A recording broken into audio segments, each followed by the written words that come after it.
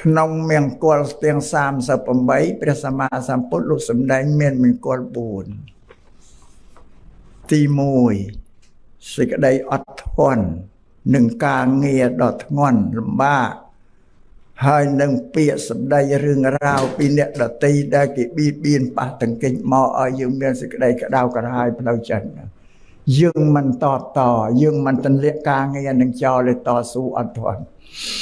ដោយអ្នកទាំងឡាយរាល់គ្នាមកទទួលការសិក្សារៀនសូត្រសសេចក្តីអត់ធន់តស៊ូហើយជិត20ឆ្នាំត្រឹមបានទទួលលទ្ធផលចំណេះវិជ្ជាចេះដឹងយកទៅប្រើការបានហ្នឹងមិនស្រួលទេបងតស៊ូអត់ធន់បើមិនអត់ធន់រត់ចោលសាលាហើយមិនទៅអស់គ្នានេះអត់ធន់ហើយភាសាបាលីថាខន្តីណាថាសេចក្តីអត់ធន់ហ្នឹងមួយកិច្ចការអីទាំងអស់តែអត់ធន់បានសម្រេចជោគជ័យទាំងអស់ដល់ត្រូវទាំងអស់ទី2ភាវៈខ្លួនជាបុគ្គលដែលគេទូនមានប្រដៅបានដោយងាយមួយជាខ្លួនជាបណ្ឌិតមានបញ្ញាកាលណាមានកល្យាណមិត្តអ្នកប្រាជ្ញបណ្ឌិតប្រាប់កិច្ចការអីឃើញយើងធ្វើខុសប្រាប់ថានឹងវាមិនល្អអ្វីដែលល្អគេប្រាប់ថាល្អយើងទទួលយកបានมันមានអស្មិមេនះរឹងត្អឹងណាអានេះគេថាភាវៈជាបុគ្គលដែលគេទូលមានប្រដៅបានដោយងាយមួយកម្រណាបងមនុស្សជាទូទៅច្រើនតែមានអស្មិមានអ្នកប្រកាន់រឹងត្អឹងហ្នឹងបើចេះដឹងមានបញ្ញាខ្ពស់មានសមត្ថភាពកាន់តែអស្មិមេនះទៅទៀតហើយអញចេះជាងឯងអញក្រិនបើជាងឯងអត់ទៅស្ដាប់ឯណាទេហ្នឹងពុទ្ធលោកសំដែងជារឿងមួយកម្របើបុគ្គលណាមានធ្វើអស្មិមេនះក្នុងខ្លួនអត់បានចម្រើនលូតលាស់ទេបាត់មិត្តបាត់សម្លាញ់អីទាំងអស់បានថាភាវៈជាបុគ្គលដែលគេបដៅបានដោយងាយមួយហ្នឹងវាអស្មិមេនះនេះចិនគេថាមនុស្សទឹកតែពេញពេងចិនគេថាគេខ្លាចអាទឹកតែពេញពេងណាទឹកតែវាពេញពេងតែយើងយកទឹកតែទៅចាក់ក្រោយទេវាអត់នៅទេពេញវាអត់ទទួលយកពាក្យណែនាំណាទេភាសាចិនគេនិយាយងាយថាអូគេខ្លាចណាអាមនុស្សទឹកតែពេញពេងពុទ្ធសាសនាថាមនុស្សអស្មិមេនះរឹងត្អឹងមិនទទួលស្ដាប់អវាទទូលមានណែនាំណាទេអានឹងទី2ហ្នឹងថាខ្លួនជាបុគ្គលដែលគេទូលមានប្រដៅបានងាយដោយងាយមួយមកហ្នឹង3កិរិយាបានជួបបានឃើញបានប្រទះនឹងសាមណៈមួយថ្ងៃនេះទាំងអស់គ្នាជួបសាមណៈឲ្យអ្នកបួសបើកាលណាជួបនឹងសាមណៈតែងតែផ្ដល់ឱវាទអីដែលព្រះសម្មាសម្ពុទ្ធទ្រង់សម្ដែងហើយដែលមិនដែលដឹងនោះប្រាប់អ្នកទាំងអស់គ្នាថាពុទ្ធលោកសម្ដែងប្រាប់តែចេះទី3អទី4មកចប់ទី4ធម្មសាកឆាការសាកសួរគ្នាទៅវិញទៅមកនៅធ្វើតាមកាលមួយនេះក្នុងឱកាសជួបជុំឲ្យយើងឆ្ងល់ពីអីសួរនេះបាននឹងពុទ្ធលោកសំដែងប្រាប់ហេតុដែលនាំឲ្យកើតដីសុខសួស្ដីចម្រើនបញ្ញាលូតលាស់ដល់មនុស្សទាំងអស់ហ្នឹងប្រកបដោយលក្ខណៈ4ហ្នឹងមែនពុទ្ធលោកប្រាប់បើញោមញាតពូនិសិទ្ធអត់ដែលដឹងទេដឹងថាពុទ្ធលោកប្រាប់ទេអត់ដឹងទេកាន់ពុទ្ធសាសនាបើអត់ដឹងសោះនេះកិរិយាដែលជួបនេះមង្គលសួស្ដីសម្រាប់យើងទាំងអស់គ្នាហើយបានចេះបានដឹងទទួលយកបញ្ញាថ្មីអ្វីដែលយើងមិនធ្លាប់ដឹងមកនោះហើយប្រធានបទធំដែលត្រូវពិភាក្សាគ្នាក្នុងថ្ងៃនេះគឺអំពីស្អីតែនិយាយមួយណាមុនដំបូងទាំងអស់ហ្នឹងទីវានៃសេចក្តីស្រឡាញ់ភាសាអង់គ្លេសមិនដឹងថាម៉េចទេអត់ចេះទេព្រោះនៅស្រុកស្រែមិនអ្នកក្រុងទេ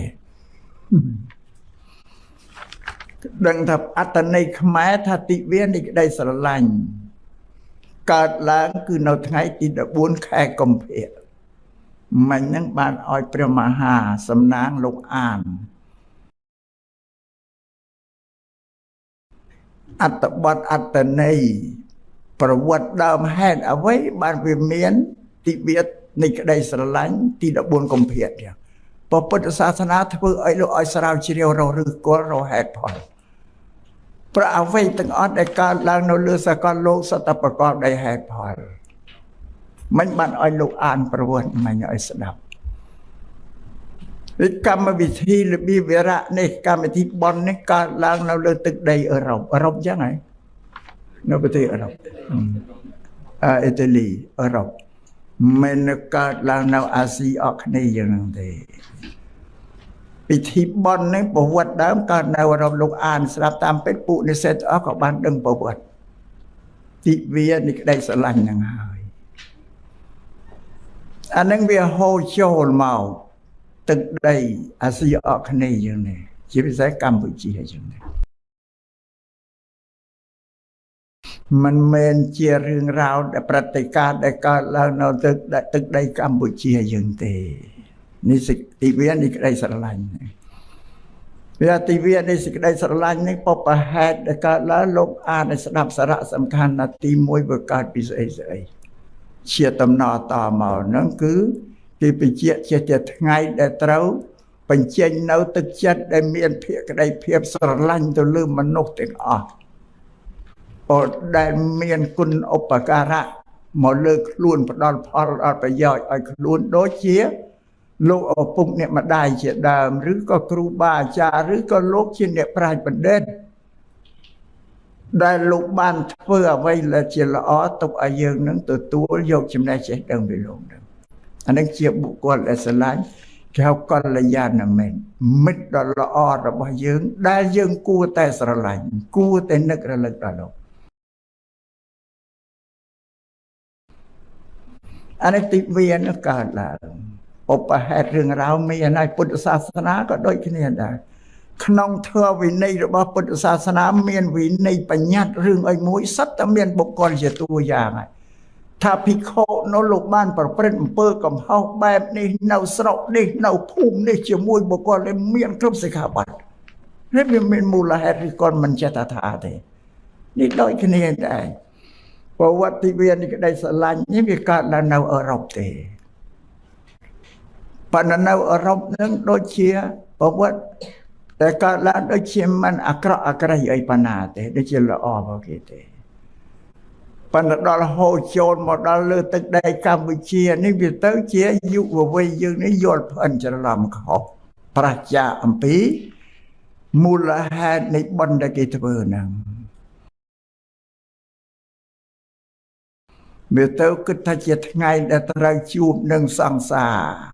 កំណាន់ចិត្តស្រីស្នេហ៍វាទៅចឹងទៅវិញដល់យល់នឹងយល់ខុសនឹងធ្វើឲ្យជួបប្រទះសេចក្តីអន្តរាយដល់សង្គមរបស់មនុស្សហើយដល់យើងអានឹងជាវប្បធម៌ពីអឺរ៉ុបមកទេប៉ុន្តែរូបដើមដូចជា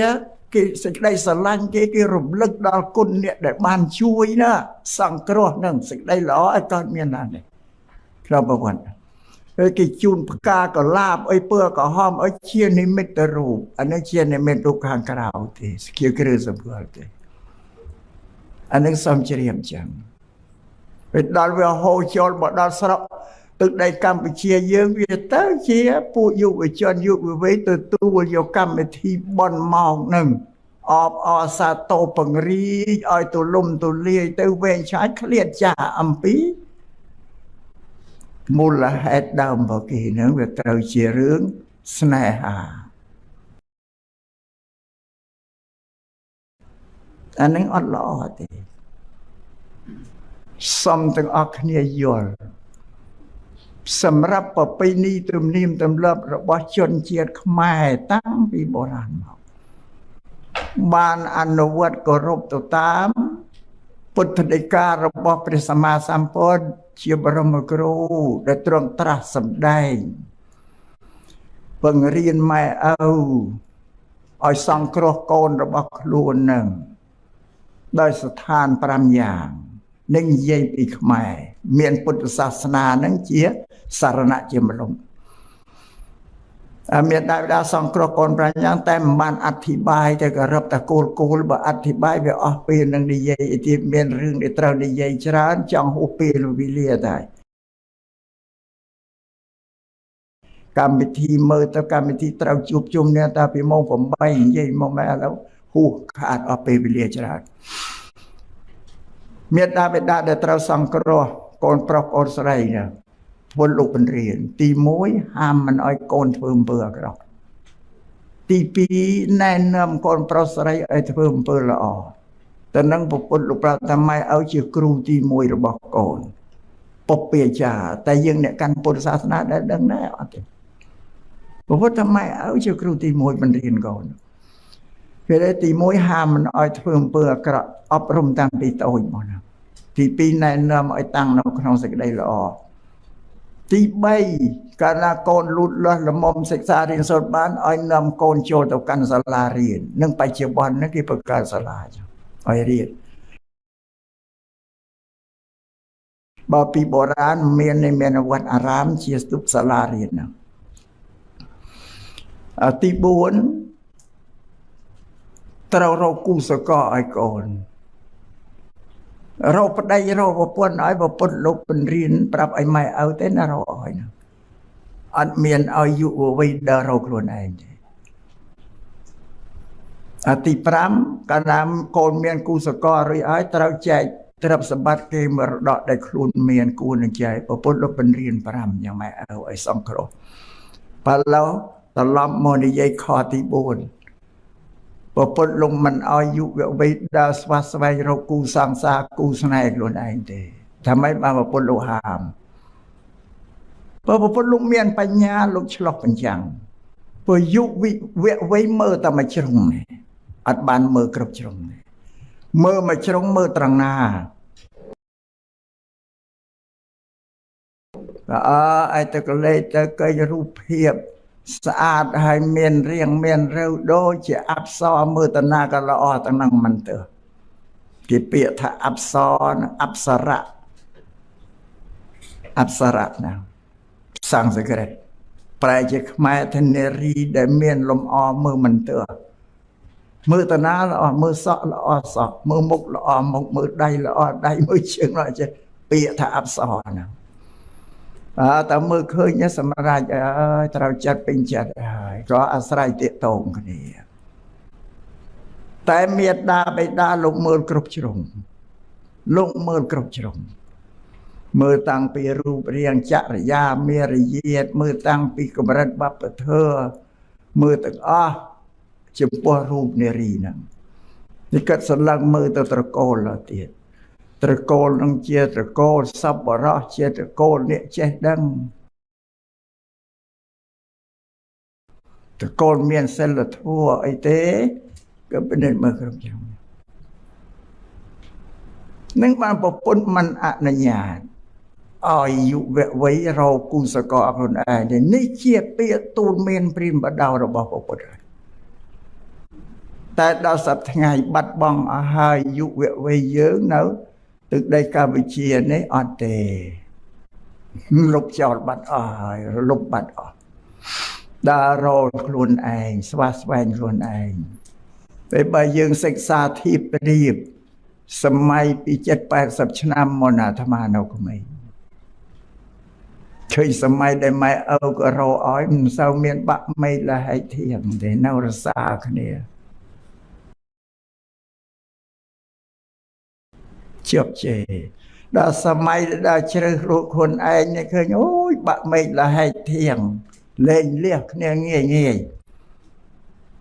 អានឹងឧស្សាហ៍យើងមើលតែមួយជ្រុងហ្នឹងឯងយ៉ាងបានបុរាណនោះថាប្រាក់រោធូចាយឆាប់អស់ប្រពន្ធរងងាយឆាប់ផេះនេះបុរាណនោះតាលោកប្រាប់តែយើងរងងាយពេកម្នាក់ឯងឆាប់បែកបាក់ពីគ្នាហើយលោកប្រាប់ស្រេចសុទ្ធតែភាសិតច្បាប់ល្អយើងមានទៅដែលដឹងណាបានយើងសោកស្ដាយតែជ្រោកក្រោមមនុស្សពុទ្ធសាសនាមិនដឹងថាពុទ្ធលោកបដៅធ្វើម៉េចព្រោះអត់ដឹងអីសោះសោកស្ដាយជាទីបំផុត នេះសំលើកឧទាហរណ៍មួយថាពុទ្ធលោកមិនឲ្យយើងដើររកខ្លួនឯងទេទុកទួនាទីឲ្យមេត្តាបិតាលោករកឲ្យយើងរីឯលោកឪពុកអ្នកម្ដាយក៏រកឲ្យក៏មិនមែនចាប់ចងដៃយើងយកទៅការនឹងគ្នាចងភ្នែកទៅការទេគាត់ណាគាត់ចំអល់ស្ដាប់មើលឃើញកូននោះស្អាតអស់ក៏ប្រាប់ទៅកូនអើយម៉ែពុកឃើញកូននោះដូចសមរម្យណាស់ស្អាតល្អពូជពងគេល្អហ្នឹងណាគាត់សម្លឹងរំពេចចា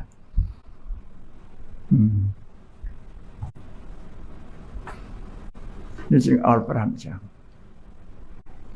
បើយើងទៅមើលទៅបើត្រូវភ្នែកត្រូវចិត្តយើងគាត់ទៅតាកតងឲ្យអានេះទៅទួនាទីរបស់គាត់ហើយជាពិសេសមានច្បាប់បុរាណមួយលោកប្រាប់បើថាទេពីមើលក្រិតស្ដេចស្រីនៅមើលវិន័យច្បាប់ស្ដេចស្រីក្សត្រាមើលរិទ្ធស្ដេចប្រុសនៅមើលរិទ្ធមើលអំណាចទាហានមើលចេស្តាចេស្តាគឺទាហាននឹងការហាត់បឹកវើស្រស់គ្នាទេក្លាហានទេជាងមើលអំពីហត្ថាទោះយកភរិយាមើលនាលំនៅហើយលោកប្រាប់មនុស្សប្រុសនោះកំឡោះចង់បានប្រពន្ធធ្វើម៉េចលោភទៅដល់ផ្ទះគេមើលស្អិនបើយើងមានបញ្ញាយើងមើលគ្រប់ជ្រុងទៅដល់ផ្ទះឃើញទាំងអស់គេរបៀបរៀបចំសម្បត្តិទ្រព្យគេក្នុងផ្ទះល្មិចមានបែបមានបទល្មិចឬម៉ែឪគេនិយាយទៅកាន់ប្តីប្រពន្ធគេមិនគេនិយាយទៅកាន់កូនចៅគេមិនវាចាសពបរសភាពរៀបសារឲ្យមើលអេយ៉ាមើលឃើញទាំងអស់បានលោកថាបើចង់បរោភរិយាឲ្យមើលនាលំនៅធ្វើម៉េចលោភឲ្យបានដល់ទៅមើលផ្ទះឃើញទាំងអស់ហើយបើយើងមានបញ្ញាមិនប្រយ័ត្នអញ្ចឹងរាជនារីក៏អញ្ចឹងដែរកញ្ញានឹងប្រយ័ត្នប្រុងប្រែងនារីផ្ទះស្អាតកែណាគេទៅលោភមើលផ្ទះណាជប់បានទ្រឹស្ដីព្រឹកនេះហើយគេថាអូចុះបានទ្រឹស្ដីមួយឃើញនារីឲ្យលោភទៅមើលផ្ទះសានលួងលោមយើងឲ្យបានដល់ទៅផ្ទះដល់ទៅឃើញផ្ទះស្មោកគ្រោកគ្មានរបៀបចង់អោស្រេចដែរតែអានេះសញ្ញរិយច្បាប់ខ្មែរច្បាប់បុរាណរៀបស្របទៅតាមពុទ្ធសាសនាមានបែបមានបទល្អអានឹងសំជំរាបចឹងបានថាប្រពៃណីខ្មែរយើងអត់មានទៅប្រស្រ័យតាកតងអីគ្នាបានតាមអំពើចិត្តឯងទេដែលអតិវាបនអីថ្ងៃស្រឡាញ់នឹងកុំច្រឡំតែថ្ងៃនេះអត់ដែលយើងត្រូវកាត់ទៅរកគ្នាជួបគ្នាណាតែពីរនាក់ហ្នឹងតែជួបគ្នាតែពីរនាក់មានរឿងអីមានរឿងអីជ្រៅជាងហ្នឹងហើយអានេះវាអានឹងប្រពៃណីរបស់ខ្មែរគឺរក្សាព្រហ្មចរិយធម៌របស់ខ្លួនជាស្ត្រីបុរាណលោកថាធ្ងន់នៅថ្មក្រនៅក្តីក្រិតនៅស្រីវិន័យនៅសង្ឃបុរាណបណ្ឌិតបញ្ញវន្តដុំថ្មធ្ងន់ណាស់ណាវានៅដីក៏មិនទៅលើកយកមកទូលហ្នឹងខ្លាញ់ផែនដីធ្ងន់ពេកទៅជួយទូលផែនដីហ្នឹងណាក៏ឲ្យផែនដីធ្ងន់ណាធ្ងន់នៅថ្មក្រនៅក្តីក្តីគឺកើតចំនួនឆ្លោះប្រកាយអធិការកុំឲ្យឆ្លោះបើរឿងគួសមលុបវាចេញទៅពាក្យថាក្តីហ្នឹងមិនចេះចប់ទេឡើងដល់តុលាការរិចឯទាំងលើទាំងក្រោមដូចតបាល់កេនញ៉ាលើក៏រិចអាក្រោមក៏រិចបងទាំងអស់អាអ្នកឈ្នះក៏បងទ្របអាអ្នកចាញ់ក៏បងទ្របនឹងពុទ្ធលោកសម្រាប់ច្បាប់បុរាណលោកថាពុទ្ធលោកថាឲ្យយើងអត់ធន់ណានៅអ្វីដែលមិនល្អតែទូលុបលៀងទៅកុំទៅប្រកួតប្រកាន់តែយើងចង់ឈ្នះចង់ចាញ់គ្នាពុទ្ធលោកថាអ្នកឈ្នះតែងប្រទេសពីរអ្នកដែលចាញ់តែងដេកកើតទុករោគស្នៀតរល្បិចមកតបតឲ្យទៀតតើតើបុគ្គលណាលះសេចក្តីឈ្នះចាញ់បានហើយទើបអ្នកនឹងដេកជាសពអានេះក្តីហ្នឹងកុំចង់ជួញតែជួញអស់ហើយទៅចិញ្ចឹមតែមេក្តីមេធាវីហ្នឹងឯងអាជីពគេហ៎នេះប្រយ័ត្ន ធ្ងន់នៅថ្មក្រនៅក្តីក្រិតនៅស្រីវិន័យនៅសង្ឃក្រិតជាច្បាប់របស់មនុស្សស្រីវិន័យសម្រាប់ព្រះសង្ឃមួយសោតព្រះសង្ឃលោកឲ្យផ្គត់ផ្គង់តាមព្រះវិន័យជាស្រីសោតផ្គត់មាយាទប្រពៃជាមនុស្សសពថ្ងៃឲ្យជិះឲ្យវាបាបបងនោះប្រពុតឃើញទេសំបីជាមនុស្សរកនេះឲ្យវាកុំឲ្យធ្វើអំពើអាក្រក់អំពើបាបហ្នឹងបដៅទូមានទាំងអស់នឹងបានថាច្បាប់ពុទ្ធសាសនាក្តីច្បាប់របស់បុរាណខ្មែរយើងលោកនិពន្ធរៀបរៀងស្របទៅតាមពុទ្ធសាសនាហ្នឹងឯងបានតែមនុស្សស្រីនេះមានក្រិតមានចរិយាមានរយាទល្អណាស់គេលើកជាមេគ្រួសារក្នុងគ្រួសារប្តីប្រពន្ធហ្នឹងឯងនឹងមេគ្រួសារកិរិយាសង្គ្រោះទី4របស់ប្តីត្រូវលើកប្រពន្ធរបស់ខ្លួនឲ្យមានកិត្តិយសឋានន្តរស័ក្តិជាមេគ្រួសារគ្រប់គ្រងគ្រួសារមេគ្រួសារនេះបានបុរាណថាខ្លែងហើត្បិតខ្យល់នាយថ្កើងត្បិតពលរក្សាឲ្យសុខទ្រពគង់ត្បិតស្រីចេះសំចៃទុកផ្ទះធំស្រណុកត្បិតភរិយាជាឃើញទេខ្មែរគេឲ្យតម្លៃមនុស្សស្រីជាមេគ្រួសារហើយមនុស្សស្រីនឹងជាមេត្តាពិភពលោកទៀតនឹងប្រាប់មនុស្សស្រីខ្លួនឯងឲ្យដឹងអ្នកណាក៏កើតពីមនុស្សស្រីអ្នកណាក៏នៅក្នុងពោះមនុស្សស្រីដែរសំបីព្រះសម្មាសម្ពុទ្ធជាបរមគ្រូក៏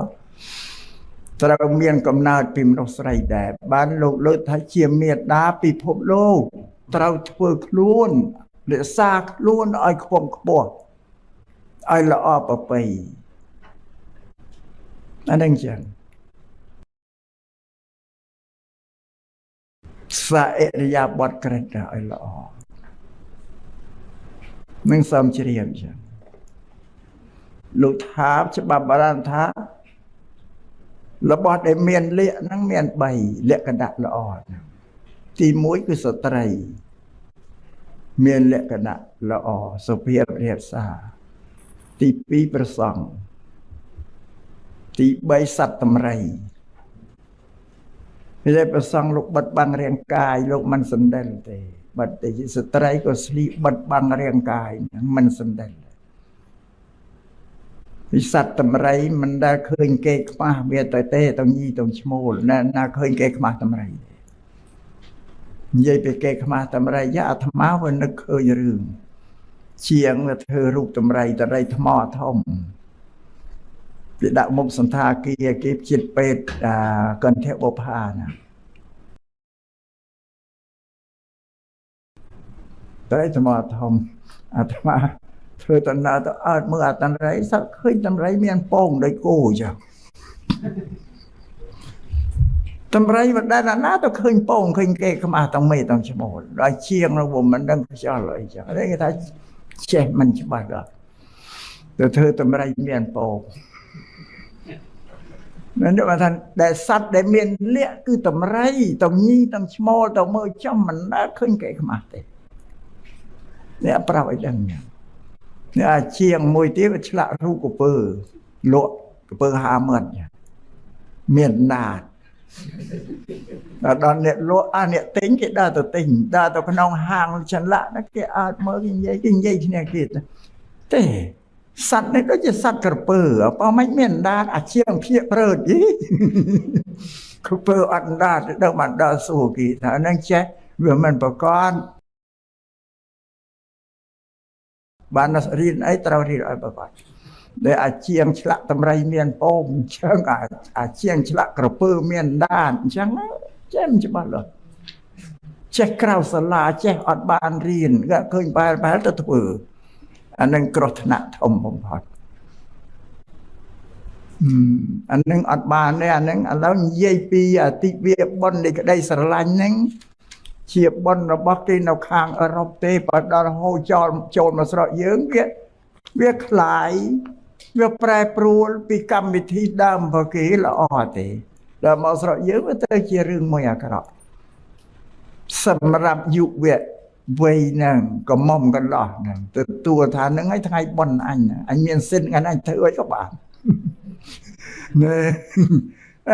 ដល់ថាទេថ្ងៃនេះអញមានសិទ្ធិថ្ងៃ14 ខែកុម្ភៈអញធ្វើអីក៏បានដែរអត់ទេនៅប្រយ័ត្នកុំច្រឡំនារីជាអ្នកបន្តវង្សគួរផ្ដល់អត្តភាពឲ្យសិក្សាឲ្យសុខសាន្តកុំធ្វើខ្លួនដូចដេរិឆានដើរលក់ដូរប្រានខូចពងសាហ្នឹងធ្ងន់ណាស់ណាលោកហាមធ្ងន់ណាស់ប្រយ័ត្នច្រឡំទៅដេរិឆានណាមិនមនុស្សទេហ្នឹងចឹងធ្ងន់អានេះធ្ងន់សពឲ្យគិតទាំងអស់គ្នាទាំងបុរសទាំងស្ត្រីបុរសក៏ត្រូវគិតពិចារណាដែរបានប្រពុតលោកហាមប្តីនឹងប្រុសនឹងមានប្រពន្ធហើយលំឲ្យមើលសន្លឹងនារីមើលជំវិញខ្លួនទេ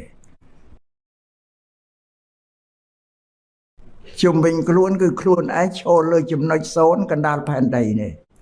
ជំវិញខ្លួនមកផែនដីនេះមិនឲ្យសន្លឹងមើលនារីជំវិញខ្លួនទេបើសម្លឹងហើយត្រូវគិតថាក្នុងចិត្តហ្នឹងនារីនេះជាកូនអញ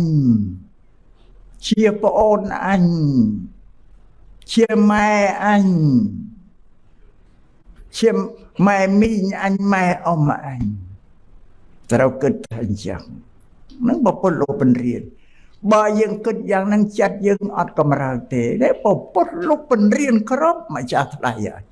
បើវាស្ដាយថាអ្នកកាន់ពុទ្ធសាសនាវាមិនដឹងស្អីសោះហ្នឹងយ៉ាងស្ដាយមើលបពុតលោកបញ្រៀនប្តីហ្នឹងណាថាមានប្រពន្ធណាហើយមិនត្រូវសន្លឹងមើលនារីជុំវិញខ្លួនទេហើយលោកប្រាប់ទៀតរឿងប្តីប្រពន្ធស្រីប្រុសញីឈ្មោលមិនរឿងថ្មីទេនេះរឿងចាស់តាំងពីយូរណាស់មកពូជមនុស្សហ្នឹងវាស្លហត់ដល់សត្វទឹកសត្វគោកសត្វរូបធំដល់សុខុមជាតិអាសត្វដែលល្អឲ្យក៏មានញីមានឈ្មោលដែររហូតដល់រុក្ខជាតិដើមឈើក៏មានញីមានឈ្មោលដែរឃើញទេអានឹងគេហៅធម្មជាតិមិនរឿងថ្មីទេរឿងចាស់កើតមកនោះបើថាមានតែមនុស្សចុះសត្វគោក៏បីបើអត់ដើមឈើបើអត់ញីឈ្មោលអានឹងវារឿងប៉ាហ្នឹងវាទុំទៅស្មើភាពគ្នាសំបីតែរុក្ខជាតិគ្មានវិញ្ញាណមានញីមានឈ្មោលដែរអានឹងចឹងបានណារឿងប្តីប្រពន្ធជាប្រវេណីរបស់សត្វលោកទេប្រពន្ធរបស់ប្រពៃនេះគ្មានរឿងអីប្លែកហើយក៏មិនជារឿងថ្មីរឿងចាស់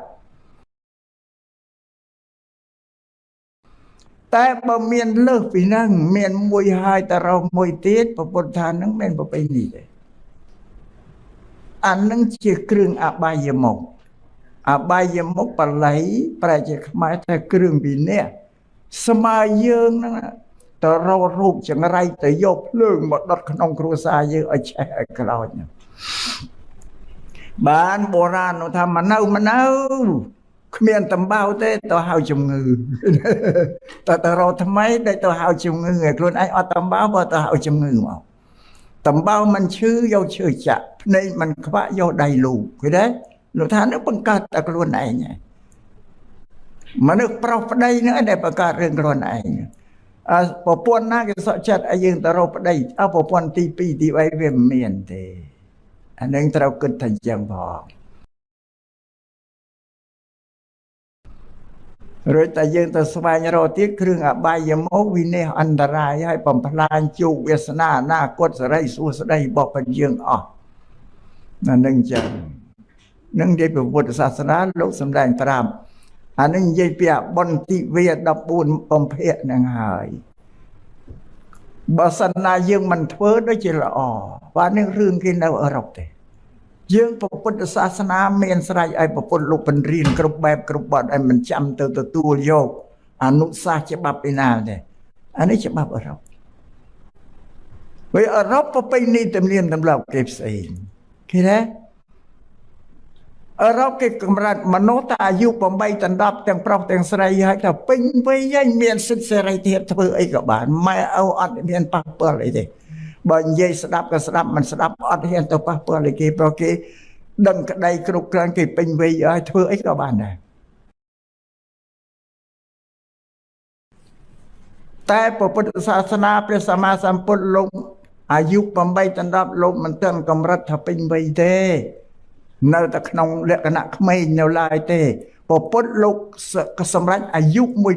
20បានគេហៅថាបុរសហ្នឹងមកពុទ្ធយើងពិភពលោកជាតែ18អាយុ18ពុទ្ធនោះថាតែ20ឥឡូវយើងសិក្សាទៅ18និង20អ្នកណាចេះដឹងចឹងសិក្សាមើលទៅធៀបគ្នានឹងសកលលោកក្នុងពុទ្ធទៅបានជាពុទ្ធសាសនាអ្នកដែលត្រូវបួសជាភិក្ខុត្រូវអាយុ20សិនបានបួសបានបើនៅក្រោម20ជាក្មេងនៅឡើយទេរក្សាសិក្ខាបទឲ្យអត់បានទេនៅជាក្មេងឃើញទេពុទ្ធទស្សនៈរបស់ពុទ្ធនឹងបានតែយើងជាពុទ្ធសាសនាគួរតែសិក្សាទស្សនវិជ្ជារបស់ពុទ្ធនឹងមកយកជាមេគាជីវិតតែយើងអត់បានរៀនអីសោះពុទ្ធសាសនាមិនដឹងអីសោះនេះអាត្មាក៏លើកបណ្ដំឲ្យទីគឺអាយុ20 18អ្នកណាដឹងជាងណាមិនដឹងជាងរួចស្រុកទៅខាងអឺរ៉ុបតែអាយុ8ដល់10ហើយអាត្មាដឹងស្គាល់ញោមញាតនៅអឺរ៉ុបខ្មែរយ៉ាងណាអាកូនប្រុសទៅនាំស្រីមកដេកក្នុងផ្ទះម៉ែឲ្យថាទៅនាំសង្សារមកដេកផ្ទះឲ្យថាធ្វើជាមិនឃើញមិនដឹងទៅអាកូនស្រីទៅនាំសង្សារប្រុសមកដេកផ្ទះក៏អត់ត្រូវហ៊ានថាអីទេពុពេញនេះមកគេធ្វើម៉េចបើគេអាយុ8ដល់10គេមានសិទ្ធិសេរីគ្រប់គ្រាន់ហើយខ្មែរយើងធ្វើអញ្ចឹងបានទេម៉ែឪខ្មែរឲ្យធ្វើអញ្ចឹងបានទេបើឃើញកូនធ្វើអញ្ចឹងម៉ែឲ្យចុកទ្រូងងាប់ហើយនិយាយមកក៏ស្ទះដើមទ្រូងងាប់ចុកឈាមហើយគេបើពុពេញនេះមកគេខ្មែរយើងដែលតាំងកូនប្រុសណាទៅនាំសង្សារមកដេកផ្ទះអត់ទាន់មានទេណាហើយកូនស្រីណាទៅនាំសង្សារមកដេកក្នុងផ្ទះឲ្យម៉ែឪឃើញអត់មានទេប្រយ័ត្នយូរទៅវាធ្លាក់រុយរីដល់អវបតើហ្នឹងកាន់តែធ្ងន់ហើយស្រាប់បានទេហើយទាំងអស់គ្នាហ្នឹងហើយបានណាថ្ងៃ14កុម្ភៈនេះបើសិនណាយើងលុបចោលបានល្អបើលុបចោលបានល្អប្រានឹងមិនជាវប្បធម៌មិនជាប្រពៃណីច្បាប់ទម្លាប់ប្រសូតចេញមកពីប្រពៃណីខ្មែរពីពុទ្ធសាសនាគឺមិនមានទេដូចជាបន់ខួបកំណើតបន់ខួបតាមពុទ្ធសាសនាគេប្រព្រឹត្តផ្សេងគេតែគេរំលឹកកំណើតពុទ្ធគេធ្វើថ្ងៃ15កើតខែពិសាខថ្ងៃដែលពុទ្ធប្រសូតធ្វើពិធីផ្សេងគេធ្វើទានធ្វើកុសលទៅធ្វើបុណ្យទៅរំលឹកថ្ងៃខួបកំណើតពុទ្ធហើយប្រពៃណីរបស់យើងក៏ប្រព្រឹត្តតាមពុទ្ធដែលតែថ្ងៃខួបកំណើតយើងតែងធ្វើពីដូនតាតែងទៅវត្តម៉ែឲ្យនាំទៅវត្តបើនៅតូចធំឡើងមានគូសកលទៅខ្លួនឯងទៅមានអីមានជាការមានបាញ់មួយស្រាក់ទៅផ្កាមួយបាច់ទៅទៀនធូបទៅថ្វាយគុំថ្ងៃនេះថ្ងៃខួបកំណើតចំកណាសំពោលោកឲ្យពោទៅជួនកាលគេធ្វើតិចជាងនឹងទៅទៀតអត់រវល់ទេតែម្នាក់គេដើរទៅផ្សារឃើញប្រសងមន់បិណ្ឌបាតអីគេទិញមកហូបយកមកដាក់បាតប្រសងដែលលោកបិណ្ឌនឹងហ្នឹងឯងទៀនធូបអីទៅឬគេពេចថ្ងៃនេះថ្ងៃកំណើតរបស់ខ្ញុំកណាលោកសង្ឃលោកសូត្រធ្វើឲ្យពោទៅតែ2នាក់ប៉ុណ្ណឹងឯងចប់ទៅក៏បែកគ្នាទៅគេធ្វើតិចខ្លីប៉ុណ្ណឹងទេគេរំលឹកថ្ងៃកំណើតទៅលំទូលាយទៅទៀតសម្រាប់យើងអ្នកកាន់ពុទ្ធសាសនាពួកអឺរ៉ុបគេគិតតែពីថ្ងៃพอគេកើតរីករាយសប្បាយទេគេកើតមកបានមានភ្នែកភ្លឺមើលឃើញពិភពលោកស្គាល់អីល្អគេសប្បាយរីករាយតែពុទ្ធសាសនាគិតប៉ុណ្ណឹងមិនត្រឹមត្រូវទេរឿងមួយទៀតដទៃពីហ្នឹងយើងសប្បាយរីករាយហើយកើតមកជាមនុស្សមានសម្បត្តិគ្រប់គ្រាន់អវយវៈមានខ្វះទេគិតថាជាលៀបដល់ប្រសើររបស់យើងតែយើងមានគិតទេដែលយើងកើតមកនោះយើងកើតពីអ្នកណា ក្រិនដែលយើងទៅផ្ញើជីវិតនឹងម្ដាយយើង9 ខែ 8 ខែជាងតើអ្នកម្ដាយបានសេចក្តីសុខទេពីជីវិតយើងទៅនៅពោះគាត់ថាគាត់រងទុកតាំងពីថ្ងៃមួយថ្ងៃតទៅថ្ងៃយើងកើតម៉ែខ្លះហ្នឹងចាញ់កូនក្អួតជាងអស៊ីអីក៏បានធ្វើអីក៏បានរងទុកពោះកូនពេលពុទ្ធឲ្យគិតយ៉ាខ្លួនឯងរីករាយសប្បាយគិតថាតើក្នុងជីវិតរបស់ខ្លួនមានអ្នកណាមួយជាប់តាក់ទងខ្លួនថាអ្នកម្ដាយគាត់រងទុកដោយសារយើងត្រូវគិតទាំងពីរហ្នឹងឯងនេះពុទ្ធឲ្យគិតតិចទីតែពួកអឺរ៉ុបគេមិនបានគិតទេពីម៉ែពីអឺរ៉ុបទុកគិតឲ្យខ្លួនគេសប្បាយទៅវាខ្វះព្រោះនៅតែមិនទាន់គ្រប់គ្រាន់ទេពុទ្ធឲ្យគិតទាំងពីរហ្នឹងលះអាត្មានិយាយរឿងមួយឲ្យជ្រៅទៀតយ៉ាងពាក្យវោហាស័ព្ទពោលនោះដូចជាមិនគួរនិយាយក៏ប៉ុន្តែលក្ខវាមិនកើតនេះជាពុទ្ធដីការបស់ពុទ្ធលោកប្រាប់ថាទុករបស់មនុស្សទូទៅលើសកលលោកមាន4កើតចាស់ឈឺស្លាប់ទូទៅទាំងស្រីទាំងប្រុសតែស្ត្រីមាន5ទៀតត្រួតទៅលើអា4ហ្នឹងទុកទល់ដល់9រឿងហ្នឹងទាំងអស់គ្នាអត់ដែលដឹងទេណាបើប្រពន្ធលោកប្រាប់កំបាំងឯនេះសំណោះអ្នករើគ្នាយកមកប្រាប់ឲ្យដឹងទុករបស់ស្ត្រីទី1រោគប្រចាំខែទី2ទុកពោះកូន8 9 ខែ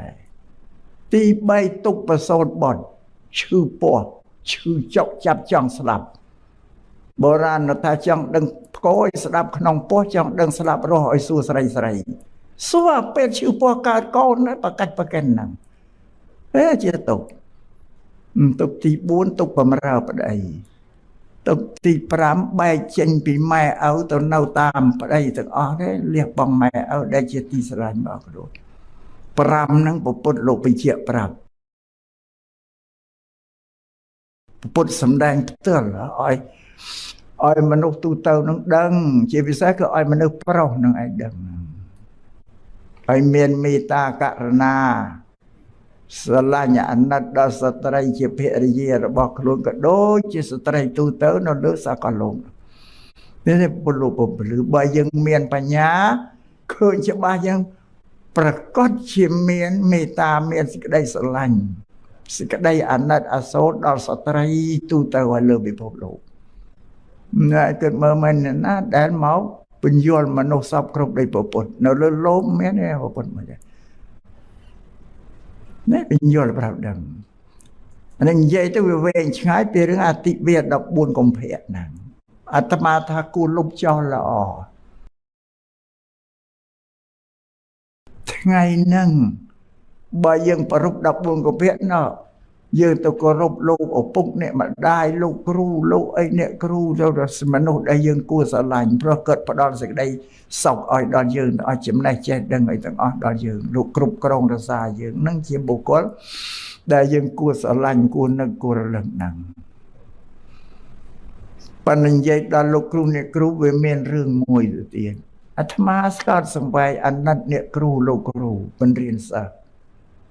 បញ្រៀនអាកុលសាស្ត្រគេចេះដឹងមានសមត្ថភាពទៅរកស៊ីធ្វើមន្ត្រីរាជការធ្វើចំនួនជួយប្រែជាអ្នកមានសមត្ថភាពដល់លោកគ្រូអ្នកគ្រូនៅតែជិះម៉ូតូកន្ត្រាក់ហ្នឹងឯងនៅជិះអាកង់អត់ស្តូបតែមានសិស្សណាមើលឃើញទេ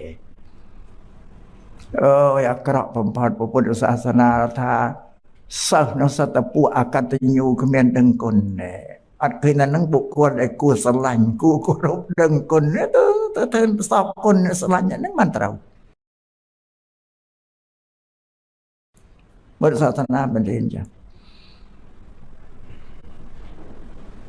សម្បានទេទាំងអស់គ្នាហ្នឹងយល់មួយបុរាណថាគេថាពាក្យស្នេហ៍ហ្នឹងស្នេហាគឺសេចក្តីស្រឡាញ់ពេញចិត្តជាប់ចិត្តងប់ចិត្តហ្នឹងប៉ុន្តែស្នេហាក្នុងពុទ្ធសាសនាហ្នឹងមិនសំដៅទៅលើតែស្ត្រីនិងបុរសយុវវ័យទេណា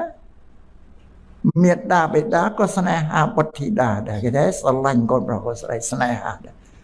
កូនប្រុសកូនស្រីក៏ត្រូវស្រឡាញ់ស្នេហាមេត្តាបិតាវិញដែរអាពាក្យស្នេហ៍ហ្នឹងវាមាន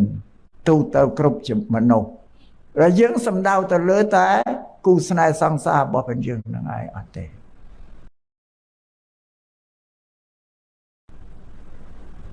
អានេះសូមឲ្យយល់ទៅអរគ្នា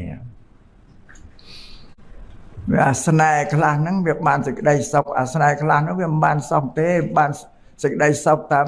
អមរយៈតូចតែទៅវាបាត់ស្នេហ៍ទៅវាទៅជារឿងមួយទៀតបាក់មេឃលហែកធៀងហ្នឹងបានបុរាណថាស្នេហ៍ពុំស្មើស្និទ្ធស្រឡាញ់ផ្ដេកផ្ដិតពុំស្មើសង្គ្រោះដល់អាសង្គ្រោះនោះវាធ្ងន់ជាងស្នេហ៍ជាងសង្គ្រោះជួយគ្នាទៅវិញទៅមកធ្ងន់ជាងស្នេហ៍ណាបុរាណណាស្នេហ៍ពុំស្មើស្និទ្ធស្រឡាញ់ផ្ដេកផ្ដិតពុំស្មើសង្គ្រោះចេះជួយគ្នាឲ្យរួចផុតពីសេចក្តីទុក្ខនឹងជារឿងប្រសើរបំផុតរួចក្នុងពុទ្ធសាសនាផ្ទៃពុទ្ធសាសនាយើងមើលទៅសត្វតែប្រពន្ធលោកពន្រិនមនុស្សឲ្យសង្គ្រោះគ្នាហ្នឹងឲ្យជួយគ្នាទៅវិញទៅមកហ្នឹង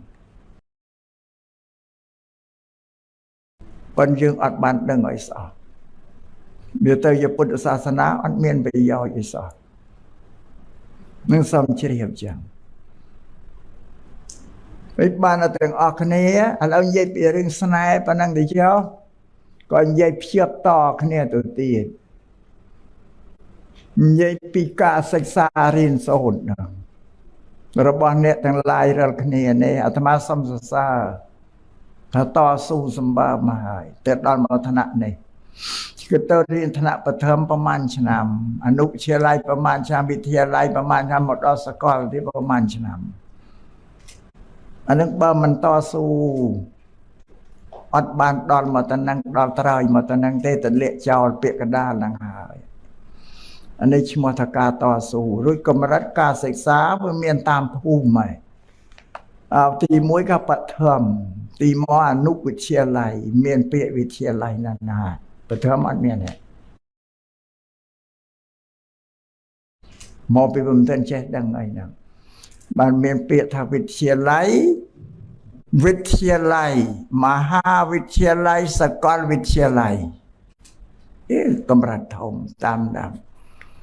ហើយពាក្យថាវិទ្យាល័យនឹងជាភាសាសំស្ក្រឹតវិទ្យាល័យបាលីថាវិជ្ជាល័យវិជ្ជាបាលីសំស្ក្រឹតថាវិទ្យាវិជ្ជាគឺចំណេះចេះដឹងដែលយើងមកទទួលយកពីសាលាណាបំបត្តិសេចក្តីសង្ស័យអស់អ្វីសង្ស័យដែលនៅសង្ស័យបំបត្តិអស់កើតបញ្ញាដឹងសេចក្តីពិតមិនភ្លាត់មិនខុសអំពីសាលាហ្នឹងឯងព្រោះច្បាប់អីក្តីវិជ្ជាអីក្តីក្បួនដែលចេះពីសាលាសុទ្ធតែអ្នកប្រាជ្ញបណ្ឌិតគេសម្រិតសម្រាំងអស់ហើយមានហេតុមានផលត្រឹមត្រូវអានឹងមិនមែនជាជំនឿទេអានឹងវាមានហេតុមានផលរបស់គេសម្រាប់សម្រាំងមកដាក់ឲ្យយើងរៀនហ្នឹងពេលអ្នករៀនគណៈយើងអ្នករៀនពួកបញ្ញវន្តដូនតារបស់យើងលោកធ្វើច្បាប់ដាស់តឿនយើងទៀតនៅថាអ្នករៀនទាំងឡាយប្រយ័ត្នរាយមាយព្រោះក្តីសល់វល់នៅអសល់វល់នឹងគូស្នេហ៍នោះទលាក់រៀនចោលហើយប្រយ័ត្នសល់វល់ត្រូវខំមាត់រៀនចំណេះសាកលតែខំមាត់មកនេះលំបាកហើយខំតស៊ូចំណេះសាកលគឺចំណេះទូទៅចេញពីសាលាត្រូវខំមាត់រៀនចំណេះសាកលត្រាត្រែបានដល់ត្រើយត្រានវិទ្យាឲ្យដល់ត្រើយវិទ្យា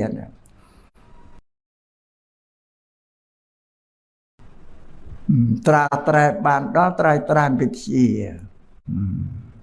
វិជ្ជាជាទ្រព្យប្រើបានសពគ្រប់លុះទ្រព្យនានាអ្នកមានទ្រព្យស្រាប់អាប់អិតវិជ្ជាមិត្តភក្តិផងគ្នាគេច្រើនមើលងាយគេទេលោកដោះតឿនក្រៅរំលើកលើឲ្យតស៊ូមិនស្រួលទេខំមើលណាចង់រៀនណាចង់រៀនអត់ចង់ទេប៉ុន្តែបើមិនរៀនវាអត់មានចំណេះចេះដឹង បានបុរាណនោះថាចេះពីរៀនមានពីរកមិនចេះមកវាអត់រៀនមានមកវាអត់រកវាតែប៉ុណ្្នឹងឯងសម្រាប់ជីវិតរបស់មនុស្សសត្វលោកហ្នឹងបើអញ្ចឹងចង់ឲ្យខ្លួនទៅជាបុគ្គលប្រសើរប្រពៃឧត្តមឧត្តមនៅក្នុងជីវិតដែលកើតជាមនុស្សមួយជាតិក៏បីសិក្សាស្វែងរកវិជ្ជាឲ្យបានខ្ពង់ខ្ពស់វិជ្ជាហ្នឹងលោកប្រាប់ជាទ្រព្យឲ្យប្រើបានសពគ្រប់វិជ្ជាហ្នឹងធ្វើឲ្យយើងមានបញ្ញាមនុស្សកើតមកមានពូជបញ្ញាស្រេចតែថាអត់មានពូជបញ្ញាទេប៉ុន្តែបញ្ញារបស់យើងបើយើងមិនបានទទួលការសិក្សារៀនសូត្របញ្ញាអត់រីកទេនៅតែក្តៀបអញ្ចឹងឯងយកទៅធ្វើអីមិនកើតទេយើងមើលមនុស្សកើតមកសកលគ្នាយើងបានសិក្សារៀនសូត្រនៅទីក្រុងកូនអ្នកស្រែដែលគ្នាខ្វះសមត្ថភាពអត់បានរៀនអាយុប្រហែលតែគេកើតឆ្នាំប្រហែលតែគ្នានោះទៅធៀបមើលទៅយើងចេះដឹងអីបណ្ណាអ្នកនោះចេះដឹងអីបណ្ណាតាមបានរៀនអត់ទៅដឹងអីទេយើងរៀនបើចេះពីការរៀននឹងឯងវិជ្ជាហ្នឹងមានតែគេឲ្យឈ្មោះភូមិសិក្សាអនុវិទ្យាល័យវិទ្យាល័យសកលវិទ្យាល័យមហាវិទ្យាល័យហ្នឹងបានអានឹងកុំទន្លាក់ចោលសោះសំពុះពៀហែលឲ្យដល់ត្រូវឆ្លងឲ្យដល់ត្រូវទើបជាគ្រឿងទីពឹងរបស់ព្រះយើងធ្វើជីវិតយើងឲ្យថ្លៃថ្លាខ្ពង់ខ្ពស់ហើយព្រះពុទ្ធលោកបញ្ជាក់ប្រាប់ទៀតនោះថាមនុស្សមិនមែនថោកទាបប្រពូជប្រជាតិប្រត្រកូលទេហើយមនុស្សក៏មិនមែនខ្ពង់ខ្ពស់ប្រពូជប្រជាតិប្រត្រកូលដែរមនុស្សថោកទាបប្រអំពើដែលគេធ្វើអាក្រក់ទេដោយកាយវាចាចិត្តមនុស្សខ្ពង់ខ្ពស់ប្រគេធ្វើអំពើល្អដោយកាយវាចាចិត្តនឹងជាពាក្យទូលមានរបស់ព្រះពុទ្ធយើងគិតមើលទៅមានហេតុមានផលទាំងអស់មានហេតុមានផលទាំងអស់ពាក្យទូលមានព្រានប្រដៅរបស់ព្រះពុទ្ធសត្វតែប្រកបដោយហេតុដោយផលទាំងអស់អ្វីដែលមិនមានហេតុផលព្រះពុទ្ធសាសនាព្រះពុទ្ធអត់ទទួលយកទេព្រោះព្រះអង្គមានបញ្ញាមើលមនុស្សនៅលើពិភពលោកទាំងអស់អរគ្នាហើយទី1ពុទ្ធសាសនាទី2ព្រហ្មញ្ញសាសនាទី3គ្រីស្ទៀនសាសនាទី4មូស្លីមសាសនាធំសាសនាធំទាំង3នេះទាំង4នេះសម្រាប់សាសនាព្រាហ្មណ៍គ្រីស្ទៀនមូស្លីមទ្រឹស្ដីរបស់ព្រះស្របគ្នាតែមួយទេខុសគ្នាតិចតួចទេរីឯទ្រឹស្ដីរបស់ពុទ្ធគឺប្រឆាចពីសាសនាដទៃមើលគ្នាមិនឃើញទេអត់ចិត្តគ្នាទេអានឹងសូមជម្រាបចឹងព្រោះសាសនាដទៃគេនិយាយថាជីវិតរបស់មនុស្សនៅក្រោមឥទ្ធិពលរបស់អាទិទេពទាំងអស់សាសនាដទៃ3ហ្នឹងមេសាសនាសតអាទិទេពនៅលើឋានសួគ៌ទាំងអស់អត់មានទេណាអត់មានមនុស្សទេណា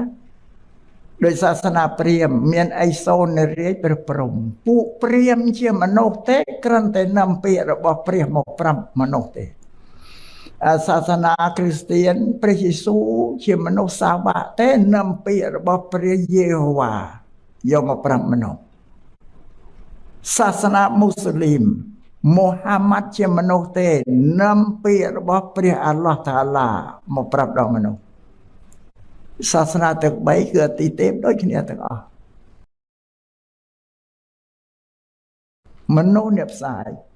សាសនាតែសាសនាពុទ្ធអត់មានទេពុទ្ធក៏ជាមនុស្សយ៉ាងព្រះធម៌អត់មានរូបទេជាទ្រឹស្ដីបរិយ័តព្រះសង្ឃមានរូបដូចគ្នារតនត្រ័យពុទ្ធសាសនាមានពុទ្ធបទព្រះសង្ឃមានរូបពីរព្រះទីពឹងព្រះជាម្ចាស់ជីវិតទាំងអស់គឺតែបើមានពិធីបន់ស្រន់បួងសួងសូមឲ្យព្រះប្រទានអីឲ្យ មនុស្សក្នុងសាសនាហ្នឹងគេជឿអញ្ចឹងឯងបន់ស្រន់បួងសួងចង់បានអីសុំព្រះអាសបន់ស្រន់បួងសួងហ្នឹងជាហេតុហើយប៉ុន្តែមិនដែលឃើញផលអ្វីដែលខ្លួនសុំព្រះឲ្យឃើញព្រះយកមកឲ្យអត់ទេវាមានតែហេតុអត់ផលពុទ្ធសាសនាអត់ទទួលយកទេអានឹងមានហេតុផលវាមានតែហេតុអត់ផលមិនឃើញដល់ស្លេចដៃឃើញពេតឃើញតែមនុស្សនឹងធ្វើការដូចតែគ្នាធ្វើការធ្វើងារដូចតែគ្នាអត់បានទទួលអំណោយឲ្យពីព្រះទេ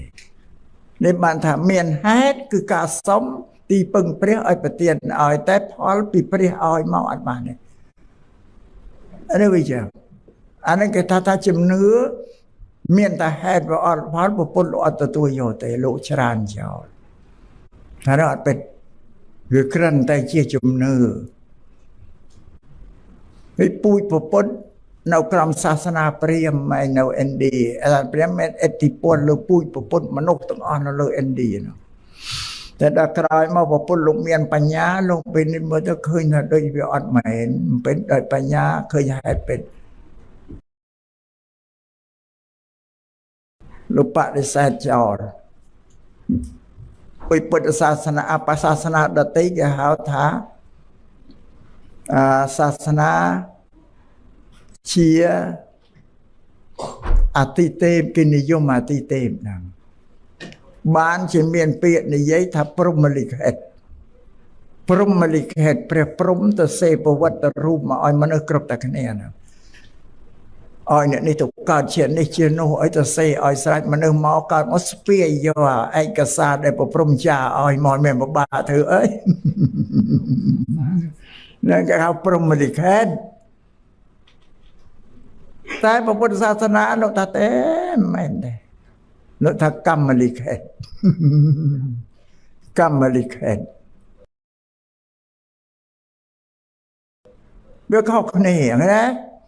ហើយព្រហ្មលិខិតនិងកម្មលិខិតបើយើងយកបញ្ញាមកមើលឃើញឲ្យជាស្ដែងនៃបញ្ញាគឺយើងទទួលយកបានណាព្រហ្មលិខិតយើងទទួលយកបានកម្មលិខិតកម្មលិខិតភាសាបាលីវាមានផលវិបាកសម្រាប់យើងទៅទៀតបើអត់បានរៀនបាលីសោះមិននឹងកម្មថាម៉េចមិននឹងលិខិតថាម៉េចណាបាលីទាំងអស់នៅមានផលអាក្រក់មួយសម្រាប់យើងណាពាក្យកម្មភាសាបាលីប្រែជាខ្មែរថាអំពើការងារដែលយើងធ្វើបាលីថាកម្មលិខិតគឺអំពើដែលយើងធ្វើឲ្យកត់ត្រាសម្គាល់ជោគវាសនាឲ្យយើងទៅជានេះជានោះសម្រាប់ខ្លួនឯងហៅកម្មលិខិតសាសនាព្រាហ្មណ៍គេថាព្រះសម្រេចឲ្យសាសនាពុទ្ធថាមនុស្សសម្រេចខ្លួនឯងជោគវាសនាខ្លួនឯងនោះសំដែងថាអញ្ចឹង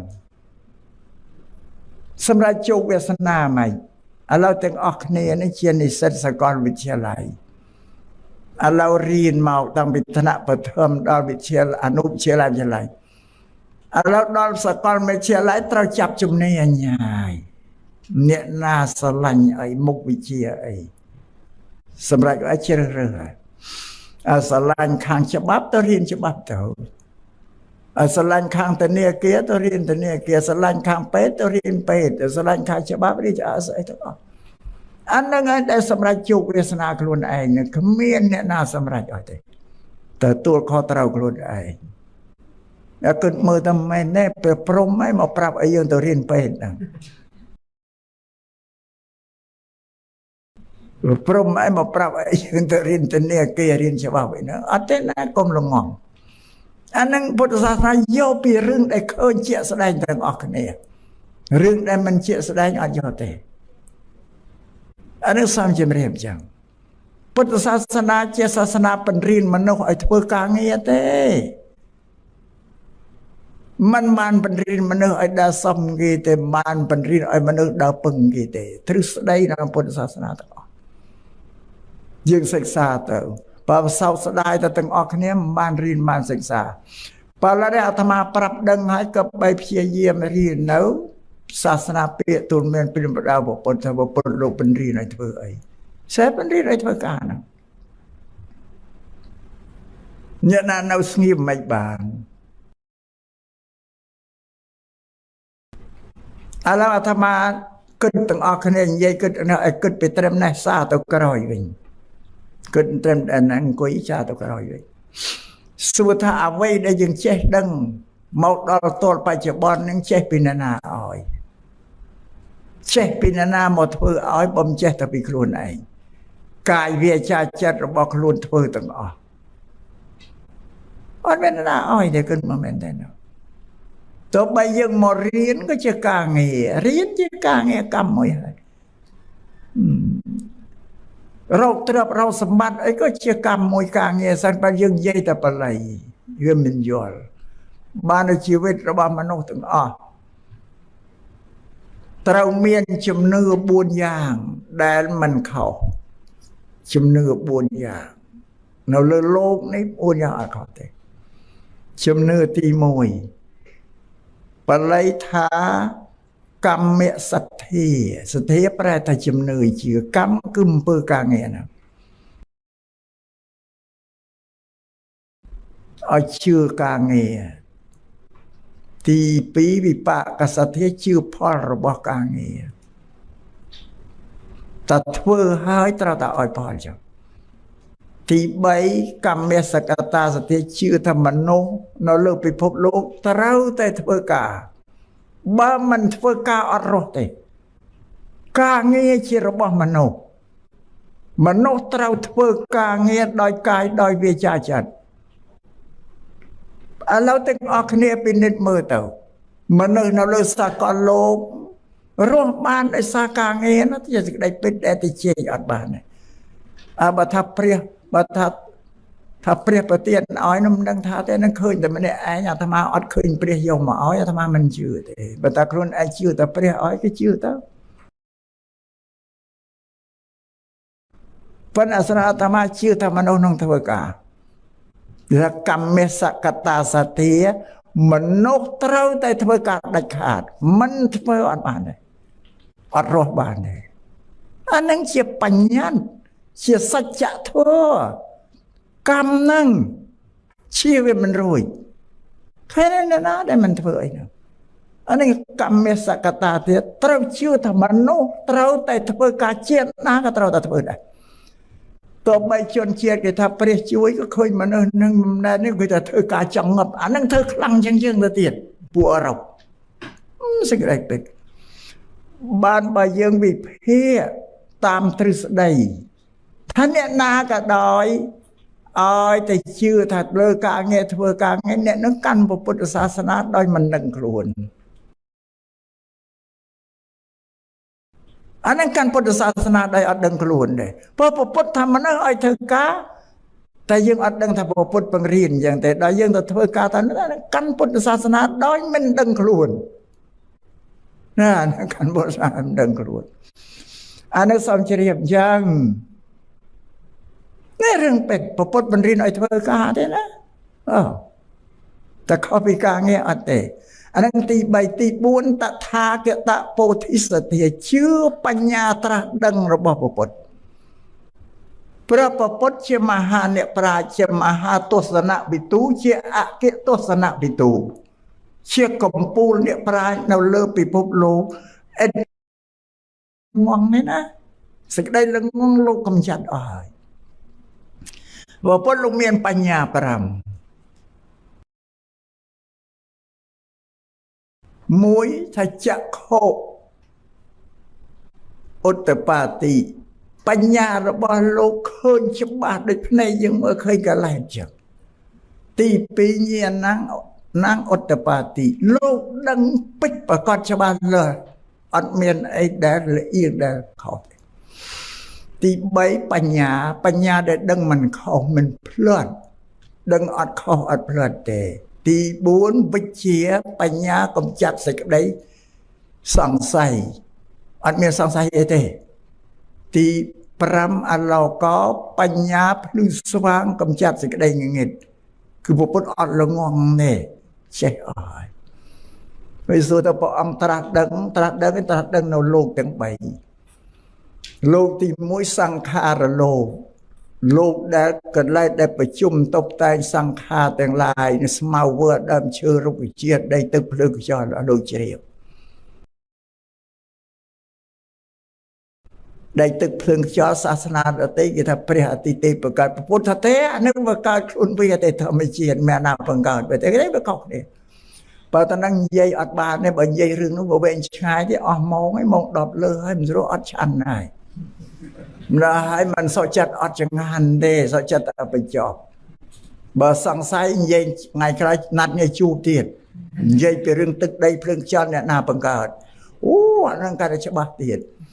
សាសនាដទៃគេថាអតិទេពបង្កើតទឹកដីភ្លើងខ្យល់បានធ្វើអីគេទៅបួងសួងក្រុងពលីសុំអតិទេពអត់ប្រើប្រាស់ទឹកដីអានេះពុទ្ធបដិសេធគ្មានអាណាបង្កើតអានោះបង្កើតខ្លួនវាពាក្យថាធម្មជាតិគឺរបស់នោះកើតខ្លួនឯងអត់មានណាបង្កើតទេគាត់ទៅប្រាប់ប្រដឹងចឹងហៅសង្ខារលោកព្រះអង្គជ្រាបបាននៅសង្ខារប្រជុំតុបតែងសត្វលោកដីទើបដឹកខ្យល់ដឹងខ្ទេចខ្ទីអស់កំណើតវាមកពីណាអីពីណាហើយនិយាយសត្វតែមានហេតុផលគ្រប់គ្រាន់ទេព្រះអង្គសម្ដែងទី2សត្វលោកដឹងកំណើតភូមិឋានរបស់សត្វលោកដែលត្រូវកើតហ្នឹងមានឋានមនុស្សឋានសួគ៌នរកប្រែតអីលោកដឹងប្រភពទាំងអស់ប៉ុន្តែនេះវាហួសវិស័យដែលយើងអាចដឹងបានច្រើនកាលក៏យើងមិនជឿពុទ្ធនឹងទៅទៀតប៉ុន្តែគេនេះមានបញ្ញាគេជឿទៅជាណាទៅដឹងហួសពុទ្ធរត់ទៅកុហកណាអានឹងយើងអត់ដឹងយើងមើលសំបីតែមេរោគដែលកើតក្នុងខ្លួនយើងមេរោគខ្លះយើងមើលដោយភ្នែកយើងអត់ឃើញតែមានគ្រឿងបញ្ចាំងអតិសកុមទោះកែវគេយកមកពន្រីបានមើលឃើញរវើកយើងមើលភ្នែកយើងធម្មតាអត់ឃើញទេយ៉ាងណាមិញវត្ថុខ្លះវាហួសវិស័យដែលយើងមើលឃើញមានតែពុទ្ធដែលលោកមើលឃើញនោះដឹងហ្នឹងឃើញទេគេអ្នកមានបញ្ញាគេជឿបញ្ញាត្រាស់ដឹងរបស់ពុទ្ធដឹងទីកើតរបស់សត្វលោកទី3ឱកាសលោកដឹងប្រទេសដែលវាលំហដាច់ចេញពីគេគ្មានអីទៅទេលលីងក្បេងគេឱកាសលោកជ្រាបបានអស់លោកទាំង3ដោយបញ្ញាញានេះបានតែជឿ4នឹងអត់ខុសទេជឿនឹងមិនខុសទេបើអ្នកដែលជឿជំនឿ4គឺសត្វតែអ្នកមានបញ្ញាអានេះសពឲ្យជ្រាបចឹង